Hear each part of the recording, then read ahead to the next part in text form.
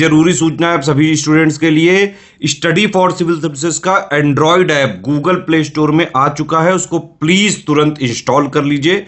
और अगर आप स्टडी फॉर सिविल सर्विसेज के सिर्फ ऐप से कोई भी कोर्स, कोई भी पीडीएफ परचेस करते हैं, तो उसमें अप्लाई कूपन, अगर आप ज्ञान सर जो है आप उसमें अप्लाई करते हैं, ये कूपन कोड है, तो उसमें 20% फीस तुरंत माफ हो जाएगी, मतलब 20% डिस्काउंट तुरंत उसमें लग जाएगा। ज्ञान सर लिखना है, नॉर्मली ज्ञान सर स्मॉल लेटर में है सब कुछ, कोई स्पेस नहीं, कोई कॉलम नहीं, सिर्फ ज्ञान सर, GYANSIR। इस तरह से अगर कूपन कोड लगाते हैं आप ऐप में बाई करने से पहले, जो अप्लाई कूपन वाले में आता है, तो 20% का डिस्काउंट तुरंत मिलेगा। वीडियो देखिए। Hello everyone, welcome you all to study for civil services. आज के इस लेक्चर में हम लोग पीआईबी की मैगजीन की पूरी समरी कंप्लीट करेंगे। इंग्लिश मीडियम में करेंगे और ये जनवरी मंथ की है, तो जनवरी से अब आपको कॉन्टिन्यूस जो है पीआईबी की मैगजीन की जो पूरी समरी है वो मिलती रहेगी हर महीने की, दोनों ही माध्यम में, इंग्लिश में भी और हिंदी में भी। तो आप में से जो भी स्टूडेंट्स अपना डेली अपडेट करते हैं करंट अफेयर्स को, करंट अफेयर्स की क्लासेस लेते हैं, डेली सुनते हैं, समझते हैं, तो उनके लिए ये वाली मैगजीन की समरी बहुत इंपॉर्टेंट रहेगी। बाकी एक बात देखिए भाई, इसमें वीडियो में मैं पूरा नहीं कवर करवाऊंगी, तो आप लोगों से एक एडवाइस है कि आप लोग हमारा, अगर आपको ये वाली पीडीएफ जो है इसमें कंटेंट जो पूरा दिया हुआ है आप ये लेना चाहते हो, तो ये है हमारे नंबर्स, इन पे आप कभी भी कॉल करके अपनी जो भी पीडीएफ लेना चाहते हो वो ले करके अपना पूरा कंप्लीट जो है वो कर सकते हो। तो बहुत जरूरी है कि अगर आप ये पीडीएफ लेते हो तो आपकी जो पढ़ाई होगी वो बहुत अच्छे तरीके से हो सकती है। बाकी देखिए हम लोग कंटेंट कैसे कवर अप करेंगे, ये है हमारे मेन इंपॉर्टेंट आर्टिकल्स, आप सारा कुछ यहाँ पे देख सकते हो। अब हम इनको एक एक करके, काफी सारे हैं आर्टिकल्स आप देख सकते हो, लेकिन हम सारे ही यहाँ पे कवर नहीं करेंगे। उसके लिए आपको पेड पीडीएफ जो है वो ज्वाइन करनी पड़ेगी। ये है हमारे मेन आर्टिकल्स, आप देख सकते हो कि इन आर्टिकल्स को इस पीडीएफ में पूरी तरीके से कवर किया गया है, ताकि इससे बाहर आप लोगों से कुछ भी ऐसा ना पूछा जाए जो आपको ना आता। तो आपको सारी चीजें इसके अंदर आती ही होंगी, तो वो आप कवर कर लेंगे धीरे धीरे करके। आप देख सकते हो 117 आर्टिकल्स को कवर किया जाए, जिसमें सबसे पहला आर्टिकल है डीआरडीओ के ऊपर। हम सबसे पहले defence research and development organisation के बारे में स्टार्ट करेंगे, क्योंकि इसकी स्थापना जो है, इसकी जो फाउंडेशन है वो 1 जनवरी 2024 को रखी गई थी। That's why we are studying this. इसमें यहाँ पर जो है श्रद्धांजलि ट्रिब्यूट दिया गया था हमारे मिसाइल मैन ऑफ इंडिया, जिनका नाम है डॉक्टर एपीजे अब्दुल कलाम, जिनको मिसाइल मैन के नाम से जाना जाता है। इन्होंने ही guided missile integrated development programme जो है उसकी भी शुरुआत करी थी। और उस प्रोग्राम में 5 मिसाइल्स जो है वो कवर होती हैं, जिनको लर्न करने की एक ट्रिक है, वो मैं आपको बता देती हूँ। पटना की फॉर्म में आप उनको लर्न कर सकते हो। पी से पृथ्वी मिसाइल, ए से आकाश मिसाइल, टी से त्रिशूल मिसाइल, एन से नाग मिसाइल और ए से अग्नि मिसाइल। तो ये 5 मिसाइल्स है जो इसके अंदर कवर अप होती हैं। और ये मिसाइल्स जो है डॉक्टर एपीजे अब्दुल कलाम ने ही जो है वो स्टार्ट करवाई थी इस गाइडेड मिसाइल प्रोग्राम को। तो ये तो मैं एक छोटा सा एक इन्फॉर्मेशन बता रही थी, बाकी बढ़िए। जो डीआरडीओ है, डीआरडीओ पे वापस आते हैं, वो 1958 में एस्टैब्लिश किया गया था। और जिसका मिशन क्या आप सभी लोग जानते हैं, डिफेंस की टेक्नोलॉजी में इंडिया को इतना अपग्रेड कर देना, इतना वेल टू डू कर देना कि इंडिया सेल्फ रिलायंस को अचीव कर सके। इसमें 52 लेबोरेटरीज जो है डीआरडीओ ऑलरेडी बना चुका है, चाहे लाइट कॉम्बैट एयरक्राफ्ट हो, पिनाका रॉकेट लॉन्चर हो, ये सब इंडिजीनियसली डेवलप भी किए जा चुके हैं, तो हमारी सोसाइटी में बहुत ज्यादा कॉन्ट्रीब्यूट कर चुके हैं। तो ये था डीआरडीओ के बारे में। ऐसे ही हमारा सेकंड आर्टिकल है एक और, जो इसरो के बारे में है। इसरो ने एक सैटेलाइट को लॉन्च किया जिसका नाम है एक्सपोसैट। आपको नाम से लगेगा ये भारतीय नहीं है, but this is Indian satellite, XPoSat के नाम से। ठीक है। एक्सरे पोलरीमीटर सैटेलाइट 1 जनवरी को लॉन्च किया, कहाँ से? सतीश धवन स्पेस सेंटर श्रीहरिकोटा आंध्र प्रदेश में है, जो कि एस्ट्रोनॉमिकल सोर्सेज को एक्सट्रीम कंडीशंस में भी सरवाइव कर सकता है। दैट मींस ये जो है जितना भी वेदरिंग कंडीशन है उन सब के ऊपर भी रख सकता है, डायनामिक सबको देख सकता है। ऐसा ऑलरेडी नासा बना चुकी है, जिसका नाम है एक्सरे पोलरीमीटर एक्सप्लोरर। उसके बाद सेकंड कंट्री कौन सी बनी है? इंडिया, जिसने इस चीज को स्टार्ट करा है, जिसमें 2 पेलोड होंगे। पोलरीमीटर इंस्ट्रूमेंट से स्पेक्ट्रोस्कोपी एंड टाइमिंग करके स्टार्ट किया जाएगा। ये इतना इंपॉर्टेंट नहीं है बात, मेन तो ये थी, हम सेकंड है। और ये कहाँ से लॉन्च किए, किसने लॉन्च किया, इसकी फुल फॉर्म क्या और ये क्या काम करने वाले हैं, और ये 5 सालों के लिए करीब करीब ये रहने वाली है। ब्लैक होल्स की अंडरस्टैंडिंग के लिए। ये मेन ऑब्जेक्ट चीजें हैं जो हमसे एग्जाम में पूछी जा सकती हैं। ऐसे ही अगला आर्टिकल है डेजर्ट साइक्लोन। ये एक एक्सरसाइज है इंडिया और यूएई के बीच में जो की जाती है, जिस एक्सरसाइज का नाम है डेजर्ट साइक्लोन 2024 की एक्सरसाइज। किस किस के बीच में, इंडिया यूएई। पहला तो क्वेश्चन ये आता है। दूसरा क्वेश्चन ये पूछा जाता है कि कहाँ पर की जाती है, तो ये महाजन राजस्थान में की गई है। तो काफी सारी एक्सरसाइजेस इस बार राजस्थान में की गई है, राजस्थान के पोखरण में की, और ज्यादातर एक्सरसाइज मेघालय में भी हुई। तो मैं याद करने का तरीका बता रही हूँ। तो वहां पे जैद फर्स्ट ब्रिगेड भी आए थे, जिसमें और इंडिया के भी, इंडियन आर्मी वहां पर गई थी। तो हमारे इंडिया और यूएई की तरफ से ये एक्सरसाइज है। यूएई जिसकी कैपिटल जो है वो अबू धाबी है, जहां पर अभी रिसेंटली धाबी जहां पर रिसेंटली जो है एक मंदिर भी ओपन किया गया है, जिसका नाम है बैप्स मंदिर, बैप्स टेम्पल। अक्षरधाम की लाइनेज पे स्वामी नारायण टेम्पल वहां पर भी ओपन किया, जो कि आपको एक पता होना चाहिए। बाकी दुबई की सबसे लार्जेस्ट सिटी कौन सी है, सॉरी यूएई की सबसे लार्जेस्ट सिटी कौन सी, मैं तो आंसर ही बता दिया, दुबई है लार्जेस्ट सिटी। ठीक है, लेकिन कैपिटल नहीं है दुबई, कैपिटल अबू धाबी ही है, ये बात को दिमाग में रखिएगा। चलिए, ऐसा ही एक IREDA का मिशन है। IREDA क्या मतलब है इसका, देखो IRDA अलग है और IREDA अलग है। IRDA जो है वो इंश्योरेंस रेगुलेटरी अथॉरिटी है, और EDA ये रिन्यूएबल एनर्जी के ऊपर है। तो दोनों अलग अलग चीजें हैं, ये आपको दिमाग में रखना है, दोनों डिफरेंट है। तो IREDA ने अपना इस साल को 2024 को क्या डिक्लेयर किया है, year of human resource development and discipline. और इसमें उन्होंने ये बोला है कि हम ह्यूमन को एज अ रिसोर्स किस तरीके से इस्तेमाल करते हैं, उसकी सक्सेस के ऊपर डिस्कवरी करेंगे, न्यू सेक्टर्स में जाएंगे। ठीक है, तो क्वेश्चन आ सकता है, who has declared 2024 as the year of human resource, या फिर IRDA ने क्या डिक्लेयर किया है, क्या पूरा फुल नेम है। तो फुल नेम भी दिमाग में रखिएगा, सामने जो पूरा लिखा हुआ है। ठीक है, ऐसे ही स्मार्ट 2.0 ये आयुर्वेद एडवांसमेंट मिशन है, जो कि हमारी central council for research in Ayurvedic science ने स्टार्ट करा है। स्मार्ट 2.0, स्मार्ट 2.0 में स्मार्ट का मतलब ये नहीं कि वाईफाई लगा देंगे हर जगह।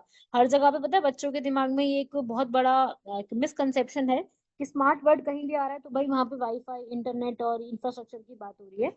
जरूरी नहीं है, यहाँ पे स्मार्ट 2.0 का मतलब है कि आयुर्वेद को, इसमें जो ए है वो आयुर्वेद है, कि हम आयुर्वेद को किस तरीके से किसी भी एक जगह पर कैसे एडवांस कर सकते हैं, उसके ऊपर है ये। तो आयुर्वेद का हॉस्पिटल्स और एकेडमिक इंस्टीट्यूशंस में हम किस तरीके से इम्प्रूव कर सकते हैं उस चीजों को, वो यहाँ पर लेके आया। ठीक है, सो ये है इम्पोर्टेंट, सीधा एक, मतलब आपको एग्जैक्टली इसी तरीके से पूरा का पूरा याद रखना है। ठीक है ना, सो इसको भी आप देख लीजिए एक बार, इसको भी आप पढ़ लीजिए। अगला बढ़ते हैं ऐसे ही आगे, ग्रिड इंडिया। ग्रिड क्या है भाई, ये है पावर, है ना। अभी ग्रिड इंडिया डे मनाया गया है 3 जनवरी को, इसलिए हम पढ़ रहे हैं। हमारे जो पावर मिनिस्टर हैं उन्होंने ये रिन्यूएबल एनर्जी और ग्रिड इंडिया की जो ऊपर बात करी। ग्रिड इंडिया जिसका पुराना नाम हुआ करता था power system operation cooperation limited, POSOCO, POSOCO नहीं लिखा, पॉस्को लिखा है। पॉस्को तो चाइल्ड राइट्स के ऊपर है, वो अलग चीज है, ये अलग चीज है, तो आपको कंफ्यूज नहीं होना है। ठीक है, तो यहाँ पर इन्होंने रिन्यूएबल एनर्जी के ऊपर बात करते हुए एक नया जो सिस्टम लॉन्च किया था पहले, उसका डे मनाया गया। ऐसे ही वर्ल्ड ब्रेल डे भी था, जो कि अभी 4 जनवरी को मनाया गया है। लुइस ब्रेल जिनका बर्थडे आता है, जिन्होंने ब्रेल सिस्टम को स्टार्ट किया था, डॉटिंग सिस्टम जो कि नाइट राइटिंग और हमारे ब्लाइंड पीपल के लिए हेल्प करेगा। तो वो सिस्टम यहाँ पे स्टार्ट किया गया था। तो ब्रेल सिस्टम जो है यूनिवर्सली एक्सेप्ट भी है ब्लाइंड पीपल के लिए। यू ऑल नो दैट काफी जगह पे ब्रेल सिस्टम को बहुत अच्छे से एक्सेप्ट किया गया है। ब्रेल सिस्टम जो है कोड की तरह से चलता है, 133 लैंग्वेजेस में भी है। ऐसे ही दिव्या कला शक्ति, अब देखो दिव्या, दिव्या से क्या याद रखोगे, दिव्या से दिव्यांग याद रखोगे। दिव्यांग का मतलब पर्सन विद डिसेबिलिटीज। तो ये वाला जो दिव्य कला शक्ति प्रोग्राम है, ये कैसा कल्चरल प्रोग्राम स्टार्ट किया था, अभी हुआ है ये कंडक्ट, जिसमें दिव्यांग इंडिविजुअल जो होते हैं, डिसेबिलिटीज जो इंडिविजुअल होते हैं, उनके लिए स्पेसिफिकली ये स्टार्ट किया है। अलग अलग स्टेट से 100 आर्टिस्ट यहाँ पर इकट्ठा हुए हैं, जो अपनी यहाँ पर टैलेंट को, अपनी सारी जो भी उनका इम्पोर्टेंस उनमें है, वो यहाँ पर शोकेस करते हैं। लाइक क्या उनका टैलेंट है, क्या उनके पास एक पोटेंशियल है, दे शोकेस इट। ठीक है, तो यहाँ पर उनको अवार्ड्स भी मिले हैं और काफी सब इंपॉर्टेंट चीजें दी गई। तो दिव्य कला, दिव्यांग जनों की कला शक्ति के ऊपर ये प्रोग्राम जो है वो अभी स्टार्ट हुआ है। किसने स्टार्ट करा है? वो है social justice and empowerment ministry, you can understand, वो इन्होंने यहाँ पर स्टार्ट किया है, राइट एवरीवन। सो एक ये भी प्रोग्राम याद रखिएगा। ऐसे ही प्रेरणा प्रोग्राम। अब प्रेरणा प्रोग्राम ये है हमारी एजुकेशन मिनिस्ट्री, जिसमें क्या होगा, हर हफ्ते एवरी वीक 20 बच्चों का एक बैच बनाया जाएगा ऑल ओवर द इंडिया, जो कि आईआईटी गांधीनगर ने स्टार्ट करा है, जिसमें वो 20 बच्चों को उस एक हफ्ते के लिए उसी जगह ठहराया जाएगा जहां पर भी ये प्रोग्राम कंडक्ट किया जा रहा है, और वो वहां पर जो है वहां की हमारे Indian education system, value system, activities, technologies को सब कुछ उनको एक हफ्ते में सिखाई जाएगी। सो प्रेरणा, या आप पढ़ सकते हो वीक लॉन्ग रेसिडेंशियल प्रोग्राम, 9 से लेकर 12 तक के बच्चों के लिए हर हफ्ते 20 बच्चों को चूज किया जाएगा, जो कि आईआईटी गांधीनगर ने स्टार्ट करा है। वाडनगर गुजरात में बच्चों को स्कूल में यहाँ पर जो है ये चीजें सिखाई जाएंगी, इंडिजिनियस नॉलेज और बहुत ज्यादा जो है इंस्पिरेशनल चीजों के बारे में उनको दिखाया जाएगा, समझाया जाएगा, बताया जाएगा। सो ये है एक सिस्टम प्रेरणा के नाम से। ऐसे ही अर्ननेट करके सिस्टम है, जो कि इलेक्ट्रॉनिक्स मिनिस्ट्री ने स्टार्ट किया। अब नेट वर्ड लिखा है, तो नेट वर्ड का मतलब होता है जिसमें टेक्नोलॉजीज को यहाँ पर इंक्लूड किया जाएगा, जिसमें ये बोला जाएगा कि जितने भी एजुकेशन और रिसर्च इंस्टीट्यूट्स हैं उनका यहाँ पर जो है AC.in, edu.in, res.in इस नाम से एक्सक्लूसिव डोमेन जो है वो रजिस्टर करवाए जाएंगे इस प्रोग्राम के अंडर। छोटा सा प्रोग्राम है, बट यस एग्जाम में बन सकता है question.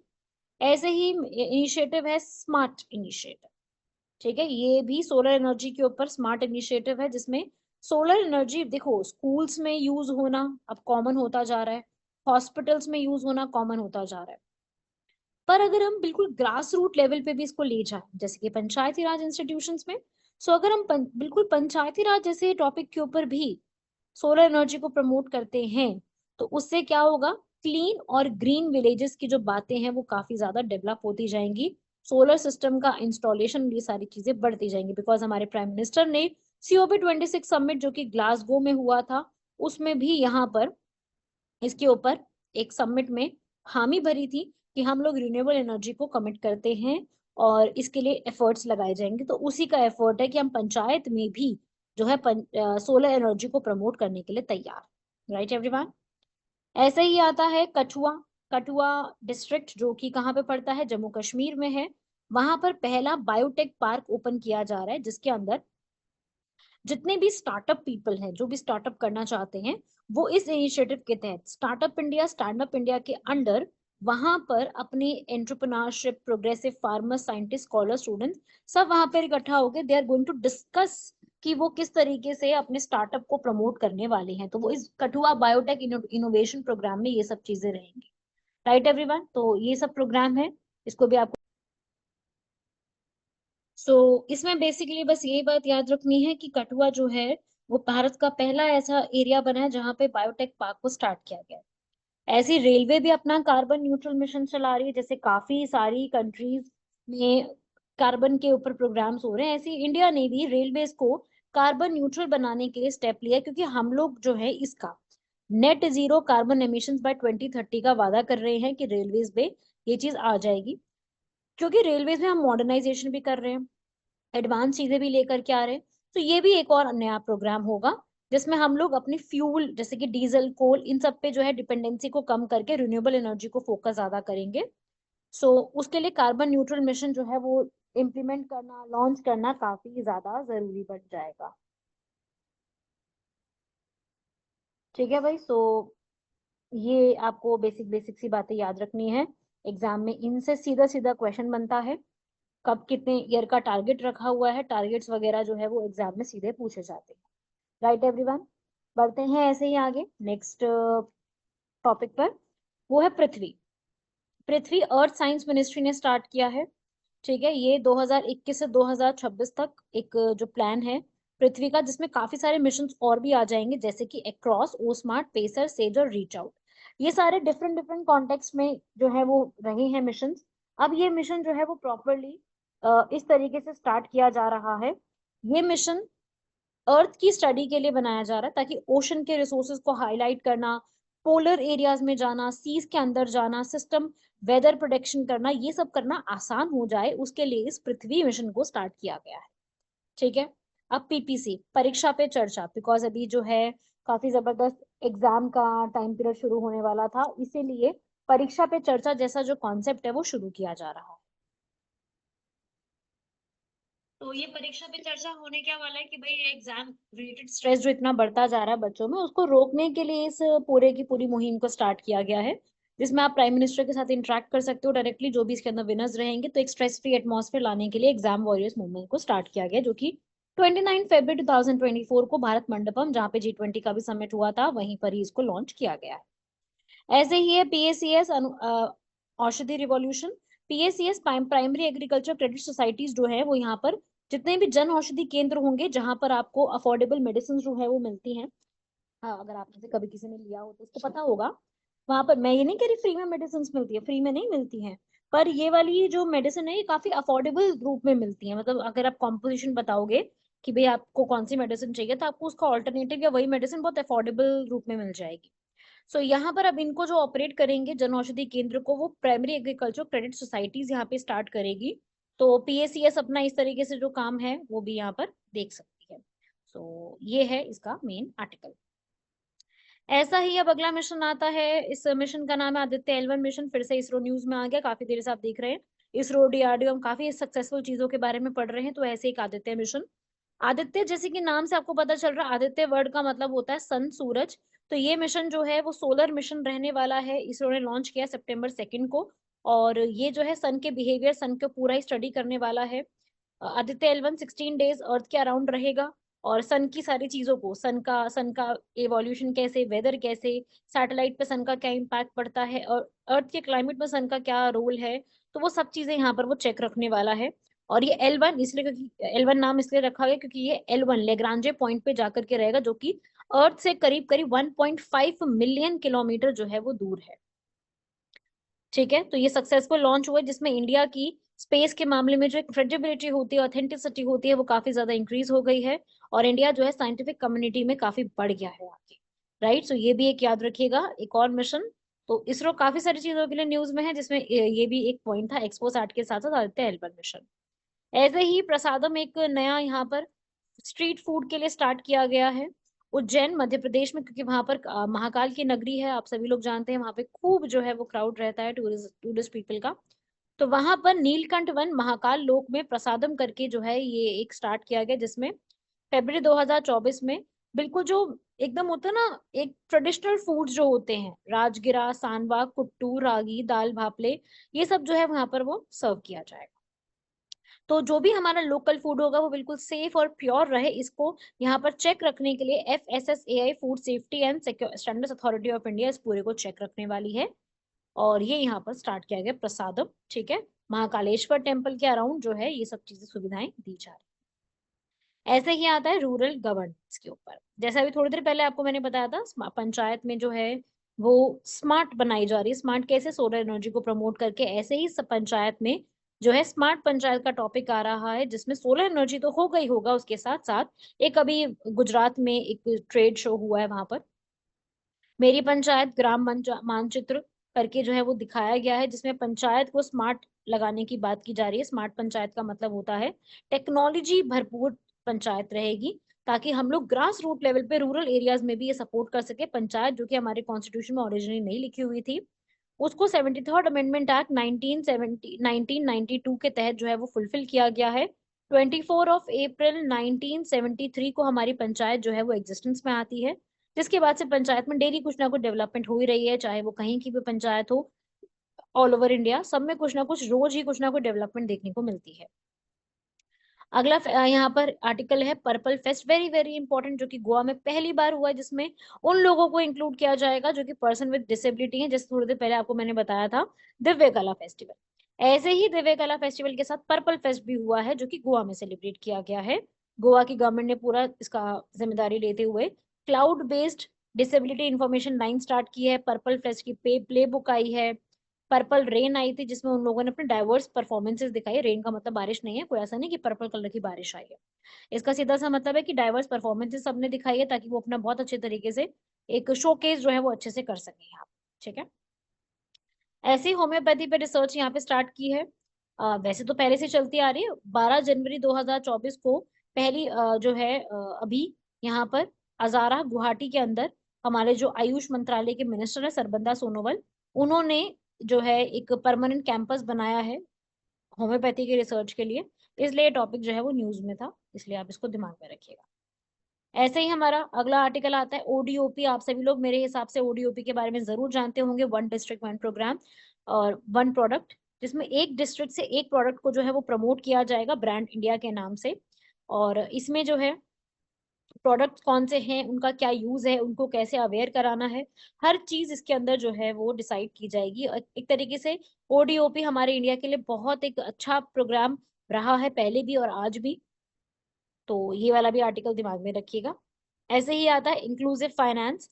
Indian post payments bank और हिंदुस्तान जिंक लिमिटेड ने मिल करके जो है एक एमओयू साइन किया ताकि राजस्थान का जो रूरल एरिया है, ग्रामीण जो इलाका है, वहां को एक नया जो है, जो भी ऐसे पीपल जो अभी जिनको बैंकिंग अवेयरनेस नहीं है, जिनको अभी बैंक के मामले में कुछ भी लिटरेसी नहीं है, तो उनका बैंक अकाउंट ओपन करना, पेंशन के बारे में बताना, सेविंग्स के बारे में बताना, इन्वेस्टमेंट के बारे में बताना, ये सारी चीजें यहाँ पर उनको बताई जाएंगी। डोर स्टेप बैंकिंग सर्विसेज को यहाँ पर जो है प्रोवाइड कराया जाएगा इंक्लूसिव फाइनेंस स्कीम के अंदर।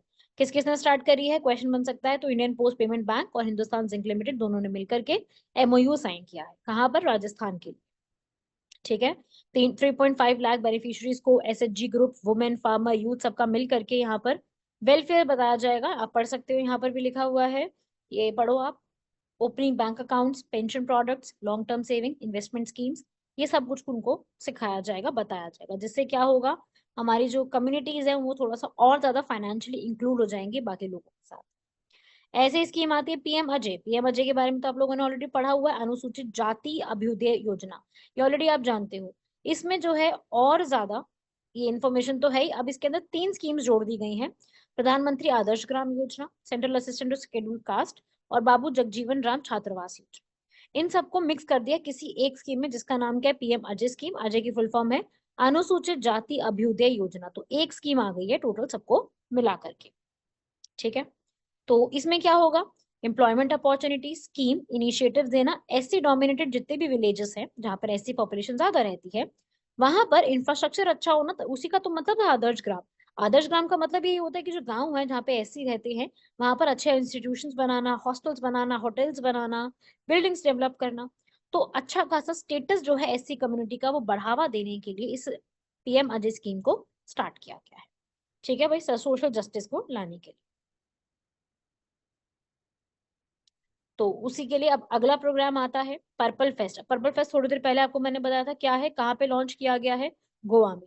तो इसी वाले प्रोग्राम में, इस पर्पल फेस्ट में डिसेबल पीपल के लिए एक इनिशिएटिव लिया गया है, जिसमें 70 आवर का एक एम्प्लॉयमेंट स्किल्स कोर्स स्टार्ट किया है ऐसे लोगों के लिए जो डिसेबल है। तो उनके लिए एक डिजिटल स्किल ट्रेनिंग इंफ्रास्ट्रक्चर जो है वो तैयार किया गया है। ठीक है, सो आपको ये लर्न करना, डिजिटल स्किल ट्रेनिंग इंफ्रास्ट्रक्चर जो है वो लॉन्च यहाँ पर किया गया, वेरी वेरी इंपॉर्टेंट, ताकि हर एक पर्सन के लिए एक अच्छा एनवायरनमेंट तैयार हो सके डिसेबिलिटी के लिए। अगर कोई भी पर्सन डिसेबल है और उस डिसेबल को वो, मतलब एक तरीके से वो उनके लिए बाधा ना रहे, गवर्नमेंट कोशिश इसके ऊपर करती है ताकि उनको भी एक एम्प्लॉयमेंट अच्छे से जनरेट की जा सके। अब अगला आता है employ revolution in coating. Coating में एक नया मेथड लॉन्च किया गया है, निकल एलॉय कोटिंग्स। यहाँ पे साइंटिस्ट ने डेवलप करी है, इलेक्ट्रोप्लेटिंग का एक नया सिस्टम आया है, जिसमें निकल एलॉय कोटिंग रहेगी, जिसमें होगा क्या, कोरोजन रेसिस्टेंट होगा, रस्ट नहीं लगेगा उस पर, कोरोड नहीं हो जाएगा, उसकी एनवायरमेंट के साथ रिएक्ट करने पर, ऑक्सीजन के साथ रिएक्ट करने पर उस पर परत नहीं जम जाएगी, और वो इजिली टेम्परेचर 500 डिग्री सेल्सियस तक भी वो झेल सकता है। तो निकल एलॉय कोटिंग जो है वो यहाँ पर एक नई तरीके की स्टार्ट की गई है। ठीक है, ऐसे ही टेलीकॉम सिक्योरिटी और साइबर लॉज भी आते हैं। टेलीकॉम सिक्योरिटी और साइबर लॉज, जो आपको पता है कि कितने ही ज्यादा ऐसी कॉल्स और इस तरह की साइबर फ्रॉड्स होते हैं, सबके साथ ही कुछ ना कुछ होगा। कभी आपको व्हाट्सएप पे मैसेज आ जाएगा, कभी ईमेल पे कोई गलत सा लिंक आ जाएगा जिस पे आप क्लिक करोगे तो कुछ गड़बड़ हो जाएगी, या आपको मैसेजेस तो जरूर आए होंगे, टेक्स्ट मैसेजेस आए होंगे। तो ये सब जो है ना कि लिंक पे क्लिक करो, ओटीपी वगैरह, ठीक है, फ्रॉड जो होते हैं, ये जो साइबर फ्रॉड्स है ना इनकमिंग कॉल्स के, इसको कम्बैट करने के लिए टेलीकॉम सिक्योरिटी और साइबर लॉज जो है वो लेकर के आए जा रहे हैं, जिसमें ये बोला जा रहा है कि अगर कभी भी फ्रॉड जो आपके साथ कर रहे हैं, वो आपको सपोर्ट चाहिए, तो एक स्पेसिफिक कोड है, उस पर आप डायल कर सकते हो।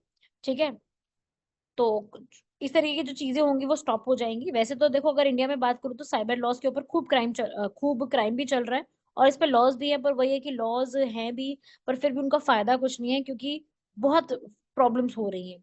जैसे आईटी एक्ट है 2000 का, इंडियन पीनल कोड है 1860 का, कंपनीज एक्ट है 2030 का 13 का। तो ये सारे जितनी भी चीजें हैं, ये सब साइबर सिक्योरिटी के लिए ही बनाई जा रही, साइबर क्राइम को रोकने के लिए ही तैयार किया गया है। ठीक है। तो यहाँ पर तो यहाँ पर डीओटी कह रहा है कि कभी भी हम किसी को नहीं बोलेंगे *401# कभी डायल करो। तो ये तरीके के जो नंबर्स होते हैं वो आपको उसके लिए अवेयर रहे। ठीक है, कभी भी आपको, आप लोग भी, आप बहुत समझदार हैं, आप लोगों को इस चीज के लिए अवेयरनेस अपने लिए भी रखनी है, और अपने पेरेंट्स को, अपने दादा दादी, अपने नाना नानी, या अपने जो रिलेटिव्स हैं जिनको ज्यादा नॉलेज नहीं है इन चीजों के, उनको भी इन चीजों के बारे में समझाना है, क्योंकि सब लोग फोन आज के टाइम पे इस्तेमाल करते हैं, सबके पास बैंक अकाउंट और ये सारी चीजें हैं, तो इनको संभल के रखना है। ऐसे ही आता है gift city, very very very important, आप लोगों ने जरूर सुना भी होगा इसके बारे में। गिफ्ट की फुल फॉर्म है Gujarat international financial tech city, जो कि गांधीनगर गुजरात में बनाई जा रही है, कि ऐसी स्मार्ट सिटी है भारत की पहली जहां पर वर्ल्ड क्लास की फाइनेंशियल सर्विसेज दी जाएगी, चाहे वो बैंकिंग हो, कैपिटल मार्केट हो, इंश्योरेंस हो, फाइनेंशियल हो, किसी भी चीज के लिए हो। ये है सबसे बड़ी यहाँ पर भारत में, साबरमती रिवर के किनारे, अहमदाबाद एयरपोर्ट के पास, गांधीनगर सिटी सेंटर के पास गिफ्ट सिटी एक अलग से बनाई जा रही है, जहां पर सिर्फ और सिर्फ फाइनेंशियली टेक्निकल चीजों को बताया जाएगा, इंफ्रास्ट्रक्चर ऐसा बनाया जाएगा ताकि एक बेटर फाइनेंशियल चीजों को सबको प्रोवाइड कराया जा सके। तो ये काफी बड़ा इनिशिएटिव और काफी बढ़िया इनिशिएटिव मैं कहूंगी गवर्नमेंट ने किया है। ठीक है भाई, तो ये भी दिमाग में रखिएगा। ऐसे ही आता है स्वच्छ सर्वेक्षण, मेरे हिसाब से सभी लोगों ने इसके बारे में जरूर सुना होगा। स्वच्छ सर्वेक्षण हाउसिंग और अर्बन अफेयर्स मिनिस्ट्री ने स्टार्ट किया। इसमें रूरल एरियाज को नहीं, सिर्फ शहरी एरियाज के लिए अवार्ड दिए जाते हैं, ताकि सभी लोगों में कंपटीशन और क्लीन जो है उसके लिए जो है थोड़ा सा लोग प्रोत्साहित हो। इसके अवार्ड जो है हमारी प्रेसिडेंट जो है अभी द्रौपदी मुर्मू, श्रीमती द्रौपदी मुर्मू, उन्होंने ये अवार्ड दिए हैं भारत मंडपम न्यू दिल्ली के अंदर। और इसी में ही जो है क्लीनेस्ट सिटी का अवार्ड सूरत और इंदौर को मिला है। इंदौर 6th टाइम ऐसी सिटी बनी है, और जिनमें 1 लाख से कम पॉपुलेशन है, जैसे कि सासवत, पाटन और लोनावाला, इन्होंने टॉप 3 स्पॉट्स लिया है। और सबसे cleanest cantt area Mhow area है मध्य प्रदेश का, गंगा टाउन वाराणसी और प्रयागराज है। स्टेट जिसने अच्छा परफॉर्म किया है बाकी कंपैरिजन में, वो है महाराष्ट्र, मध्य प्रदेश और छत्तीसगढ़। और सफाई में तो सुरक्षित शहर चंडीगढ़ जो है वो इसमें टॉप रहा है। तो ये सब टॉप करने वाली यहाँ पर जो है वो प्लेसेस हैं, तो इनको भी आप पढ़ सकते हैं। ठीक है भाई। ऐसे ही अगला आर्टिकल आता है नेशनल यूथ डे। आप सभी लोग जानते हैं 12 जनवरी को मनाया जाता है। क्यों? क्योंकि उस दिन हमारे स्वामी विवेकानंद जी की जो है वो बर्थ एनिवर्सरी है। जो आप जानते हो एक ऐसे यूथ थे जिन्होंने इंडिया के यूथ को काफी इंस्पायर किया था। उनके आइडियाज आज भी इंडियन यूथ के लिए काफी इंस्पिरेशनल हैं। और उनका असल नेम जो है, जब उनका जन्म हुआ था तब उनका रियल नेम था नरेंद्र नाथ दत्ता। ठीक है, ये इंडियन मॉन्क थे और रामाकृष्ण को फॉलो करने वाले थे। इन्होंने ही रामकृष्ण मिशन की भी शुरुआत करी थी। वेदांता और योग को वेस्टर्न वर्ल्ड तक लेकर के गए थे। और इन्होंने बहुत अवेयरनेस जो है वो रिलीजन के बारे में लोगों तक पहुंचाई थी। इसीलिए उनकी जो फेमस एक स्पीच है 1893 की, parliament of religion in Chicago, जो कि brothers and sister of America से शुरू होता है, वो अमेरिकन में हिंदुइज्म को स्टार्ट करवाने वाले, और इस स्पीच के लिए उनको जो है स्टैंडिंग ओवेशन भी दिया गया था। तो उन्हीं के लिए यहाँ पर नेशनल यूथ डे को सेलिब्रेट किया जाता है, जो कि इस बार नासिक महाराष्ट्र में किया गया है। और इस बार की थीम थी माय भारत विकसित Bharat @2047 by the youth for the youth.